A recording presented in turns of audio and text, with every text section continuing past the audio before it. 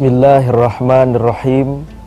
Assalamualaikum warahmatullahi ta'ala wabarakatuh. Innal hamdalillah usalli wa usallimu ala Rasulillah Muhammad ibn Abdillah wa ala alihi wa sahbihi wa mawala, amma ba'du. Faqad qala Allah ta'ala fi kitabihil karim wa huwa asdaqul qailin. A'udzu billahi minasyaitonir rajim. Bismillahirrahmanirrahim. Yarfa'illahu alladhina amanu minkum walladhina utul ilma darajat. Shadaqallahul azim. Wa qala an-nabiyyu sallallahu alaihi wa alihi wa sahbihi wa sallam, man ta'allama baban minal ilmi ya'malu bihi aw lam ya'mal bih kana afdhala min ayyusalliya alfa raka'atin tatawwu'an. Wa qala al-musannif fi saffati zubad, fa kullu man bighairi ilmin ya'malu a'maluhum mardudatun la tuqbalu. Pertama dan yang paling utama, marilah kita panjatkan puja dan puji syukur kehadirat Allah Subhanahu wa ta'ala. Salawat bertangkaikan salam semoga tercurah limpahkan kepada pimpinan kita. Siapakah beliau? Beliau adalah Rasulullahi ilan nasi kafah wa akhirul anbiya'i wa imamur rasuli.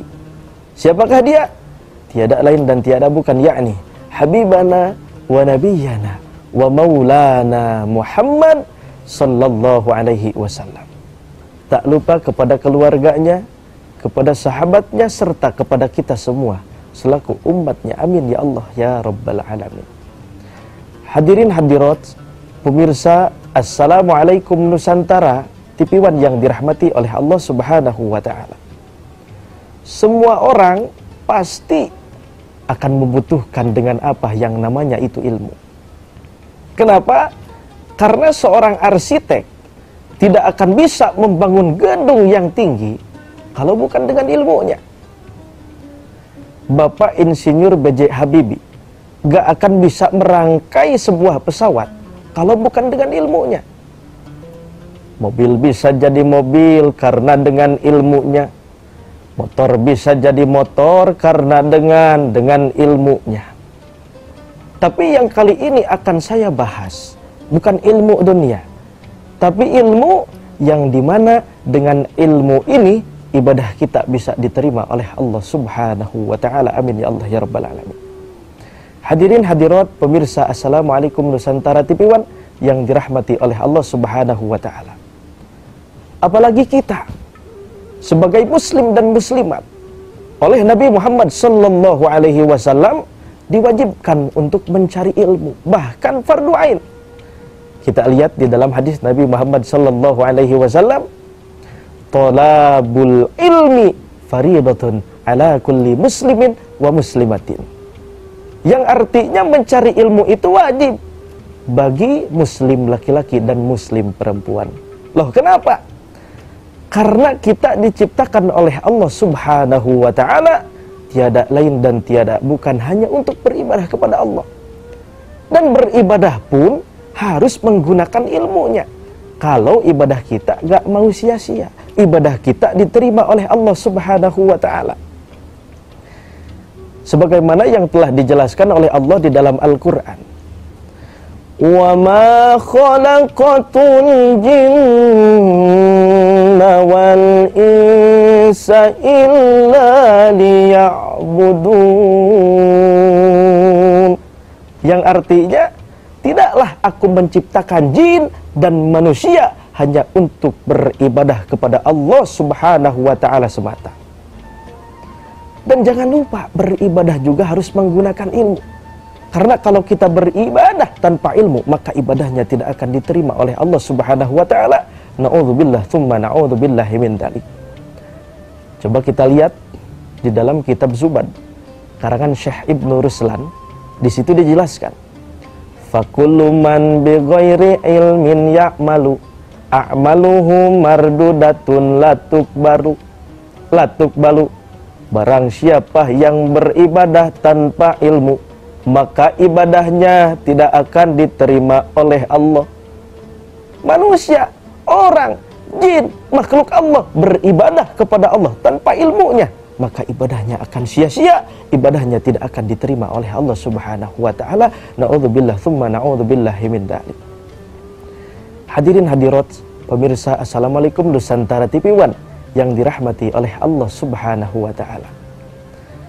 Sebelum lebih jauh lagi saya menjelaskan tentang ilmu, sebelumnya saya akan membahas dulu apa sih itu definisinya ilmu. Ta'rifnya ilmu itu apa? Coba kalau kita lihat di dalam kitab Mabadi'ul Awaliyah, di dalam kitab As-Sulam, di dalam kitab Al-Bayan. Ini ketiga kitab ini karangannya Kiai Haji Abdul Hamid Hakim. Jadi ceritanya Kiai Haji Abdul Hamid Hakim mengarang satu kitab yang bernama Mabadi'ul Awaliyah. Tapi dilihatnya kurang sempurna. Lalu disempurnakan dengan kitab As-Sulam. Dilihatnya lagi kurang sempurna. Lalu disempurnakan lagi dengan kitab Al-Bayan. Ini semuanya menerangkan tentang ilmu usul fikih. Di dalam kitab ini, ta'rifnya ilmu itu apa? Al-ilmu huwa sifatun yankashifahu bihal matlub inkisyapan taman. Ilmu itu adalah satu sifat pembuka apa yang kita cari dengan pembuka yang sempurna. Kalau masih belum paham, jadi ilmu itu yang asalnya kita gak tahu, dengan mencarinya menjadi tahu. Yang asalnya kita gak tahu, sholat duhur 4 rakaat, sholat asar 4 rakaat, sholat maghrib 3 rakaat, sholat isya 4 rakaat, sholat subuh 2 rakaat, gak tahu, karena gak tahu ilmunya. Tapi ketika kita tahu ilmunya, tahulah duhur 4 rakaat, asar 4 rakaat, maghrib 3 rakaat, isya 4 rakaat, subuh 2 rakaat. Itu kalau kita tahu ilmunya.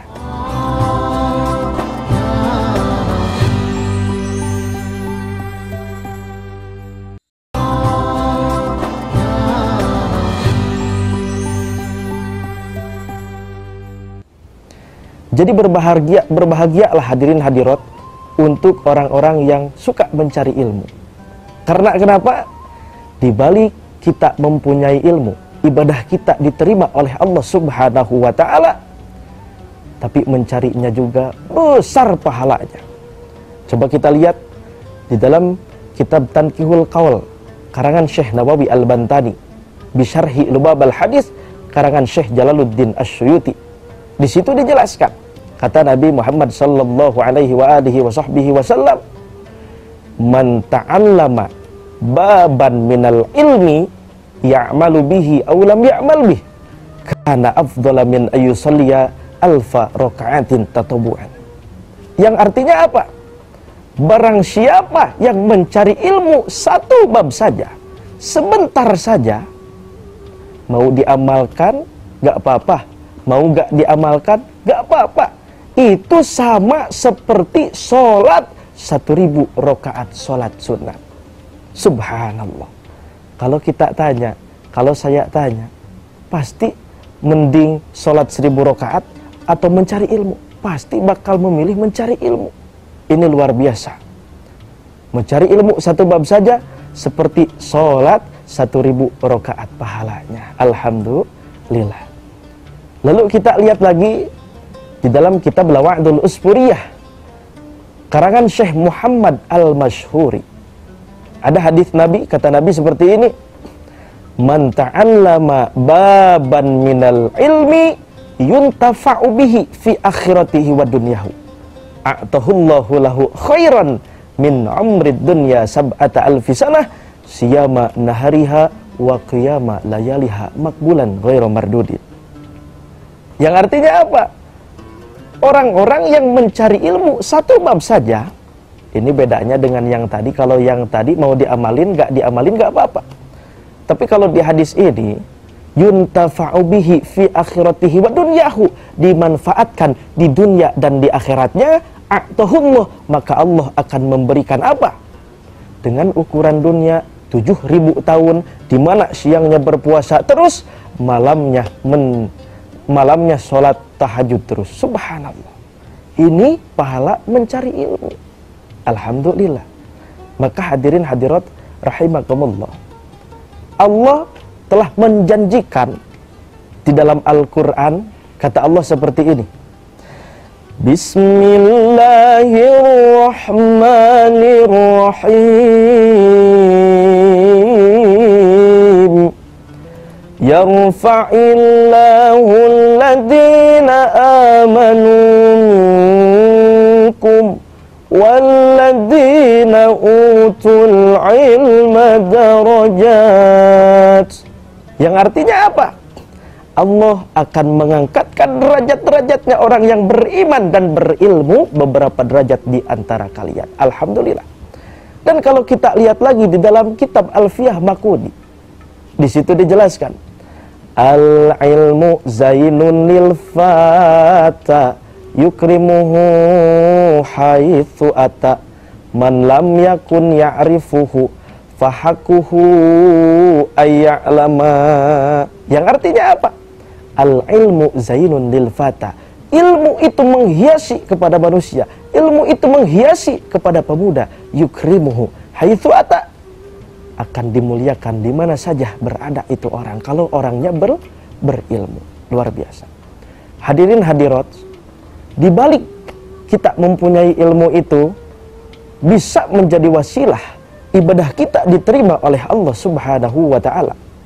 Ternyata ilmu itu adalah amalan yang paling gagah, amalan yang paling baik dibandingkan membaca Al-Quran, dibandingkan sholat, dibandingkan saum, dibandingkan sedekah, dan masih banyak lagi yang lainnya. Mana dalilnya Ustadz? Kita lihat lagi di dalam kitab Lawa'idul Usfuriyah karangan Syekh Muhammad Al-Mashhuri. Di situ ada hadis Nabi, kata Nabi, qiraatul Qur'ani a'malul makfiyin, was-salatu a'malul a'ajizi, was-saumu a'malul fuqara, wat-tasbihu a'malun nisa, was-sadaqatu a'malul askhiyai, wat-tafakkuru a'malud du'afa. Ala adullukum alal a'malil abtali, kila ya Rasulullah, wa ma a'malil abtali, wa ma a'malul abtali, qala talabul ilmi fa innahu nurul mu'min fid dunya wal akhirah. Yang artinya apa? Qiraatul Quran, membaca Quran itu adalah amalannya orang-orang makfiyin, orang-orang yang berkecukupan. Kenapa? Nanti akan saya bahas. Wassalatu amalul a'ajizi, dan sholat itu adalah amalannya orang-orang yang apes. Loh, kok apes? Berarti selama ini kita menjalankan sholat, loh kita berarti apes dong? Enggak, tapi nanti akan saya bahas. Wasaumu amalul fuqara, dan berpuasa adalah amalannya orang-orang yang fakir. Loh, ini saya punya kok gak fakir? Saya kerja, uang punya. Nanti akan saya bahas. Wat tasbihu amalun nisa, dan membaca tasbih adalah amalannya perempuan. Was-shadaqatu a'malul askhiyai, bersodakoh adalah amalannya orang-orang dermawan. Wat-tafakkuru a'malud du'afa, dan bertafakur adalah amalannya orang-orang yang lemah. Yang menjadi pertanyaan, kenapa sih membaca Al-Quran itu adalah amalannya orang-orang yang berkecukupan di dalam hidupnya? Jadi saya ingatkan, sebelumnya Nabi Muhammad lebih menjelaskan di dalam hadis ini kepada sifat-sifat manusia. Jadi sifat manusia baru mau membaca Al-Quran kalau hidupnya sudah tercukupi. Karena kenapa? Kalau hidupnya belum tercukupi, pasti bakalan sibuk mencari harta pagi siang malam, mencari dunia pagi siang malam, melalaikan atau melupakan membaca Al-Quran. Ini sifat manusia. Dan kenapa sholat itu amalannya orang-orang yang apes? Karena sifat manusia baru mau datang kepada Allah, baru mau menjalankan sholat kalau hidupnya sudah apes. usahanya sudah bangkrut, gak bisa ke sini, gak bisa ke sana, susah, gak punya uang, baru mau datang kepada Allah menjalankan sholat yang 5 waktu. Ini sifat manusia. Wasaumu a'malun fuqara. Dan kenapa saum itu adalah amalannya orang-orang yang fakir? Karena masih banyak kita lihat orang-orang yang kaya, hartanya banyak, sok banyak hartanya, gak berpuasa, pesta-pesta, poyak-poyak. Menunggu apa? Menunggu kefakiran, gak punya uang, barulah berpuasa. Ya iya, orang yang fakir itu berpuasa tiap hari, tapi ruginya tidak berpuasa dengan niat yang khusus. Tidak akan berpuasa yang mana ini puasa bisa mendapatkan pahala dari Allah Subhanahu wa ta'ala. Karena orang fakir berpuasa gak punya uang. Gimana mau gimana mau membeli makanan kalau gak punya uang? Gimana mau membeli minum kalau gak punya uang? Jadi rugi. Rugi, marilah kita berpuasa. Mau kaya, mau miskin, berpuasalah.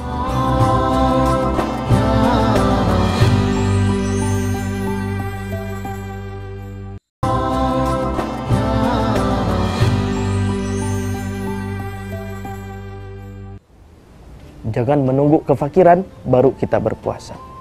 Wa tasbihu a'malun nisa'i.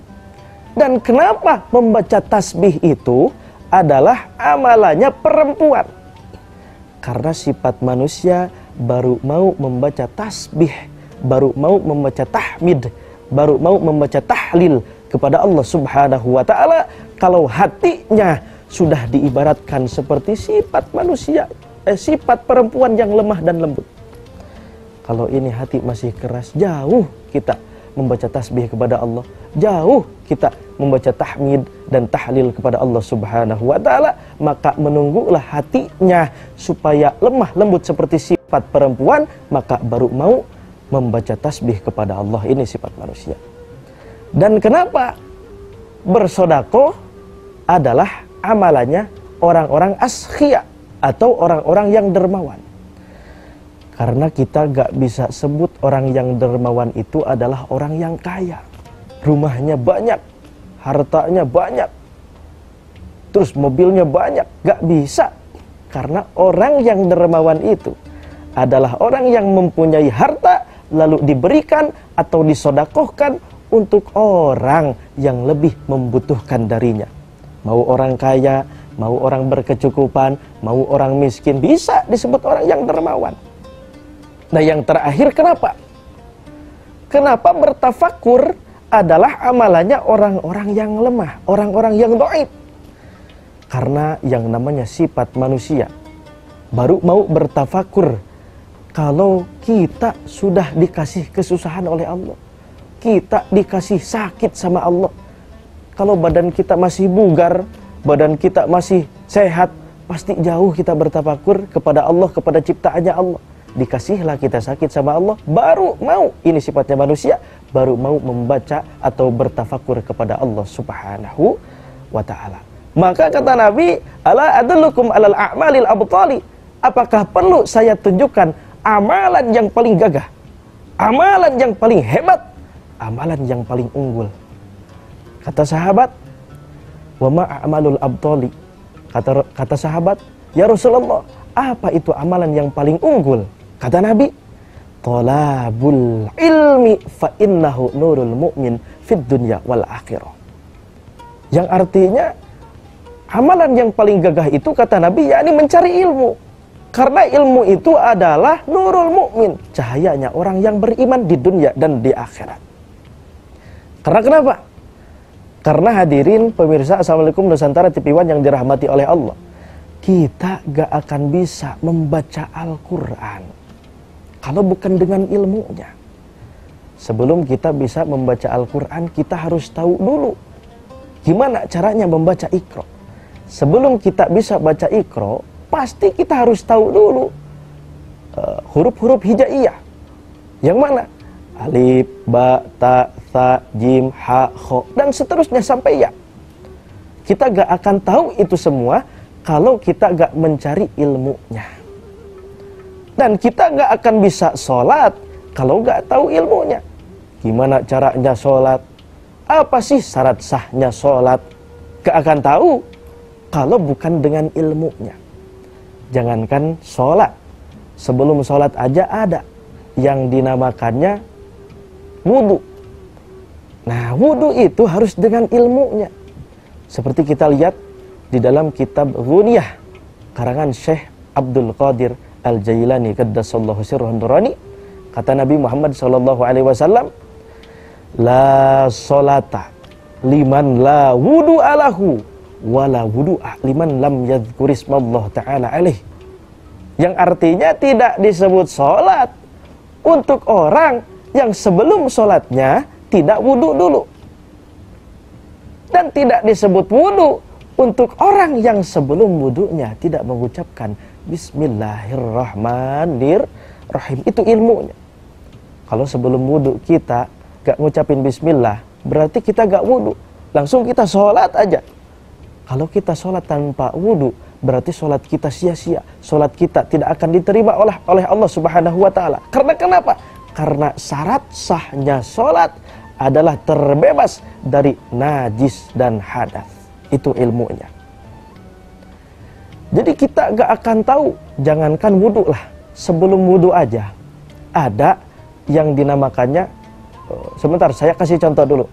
Kalau malam-malam kita mau sholat tahajud, yang namanya baru bangun tidur pasti bakal buang air kencing dulu. Nah, buang air kecil juga harus dengan ilmunya. Kenapa? Karena kalau buang air kecil tidak dengan ilmunya, apalagi kencingnya sambil berdiri, apalagi kencingnya sambil lari, nanti kemana-mana ke baju, terus baju kita dipakai sholat, maka ketika kita sholat membawa najis, dan kita tidak akan diterima sholatnya oleh Allah Subhanahu wa Ta'ala. Karena syarat sahnya sholat adalah terbebas dari hadas dan najis. Kita gak akan tahu puasa gimana kalau kita gak tahu ilmunya. Siang-siang kita makan aja, padahal ilmunya siang gak boleh makan kalau lagi puasa, gak boleh minum. Bahkan pas wudu, kalau kita berpuasa itu harus hati-hati pada saat istinsyak atau menghirup air kepada hidung. Nanti kalau airnya kebanyakan masuk ke dalam tubuh kita, batal puasanya. Kalau kita berkumur pada saat berpuasa, kebanyakan masuk air kepada tubuh kita, maka puasanya akan batal dan tidak diterima oleh Allah Subhanahu wa Ta'ala. Maka hadirin hadirat, pemirsa Assalamualaikum Nusantara TV One yang dirahmati oleh Allah Subhanahu wa Ta'ala. Marilah kita mencari ilmu. Harus takut kita kepada Allah. Harus takut. Karena kenapa? Takut ibadah kita tidak diterima oleh Allah. Karena sia-sia. Selama ini kita sholat, oh ternyata sholat kita salah. Selama ini kita wudu, oh ternyata wudu kita salah. Mari perbaiki dengan mencari ilmu kepada Allah. Mencari ilmu di majelis-majelis. Dan mudah-mudahan ibadah kita diterima oleh Allah Subhanahu wa Ta'ala. Amin. Ya Allah, ya Rabbal Alamin. Mudah-mudahan apa yang saya sampaikan tadi bisa jadi motivasi untuk kita semua dalam mencari ilmu. Dan mudah-mudahan ibadah kita oleh Allah Subhanahu wa Ta'ala diterima. Dan mudah-mudahan kesalahan kita oleh Allah diampuni. Amin ya Allah ya Rabbal Alamin. Sekian dari saya.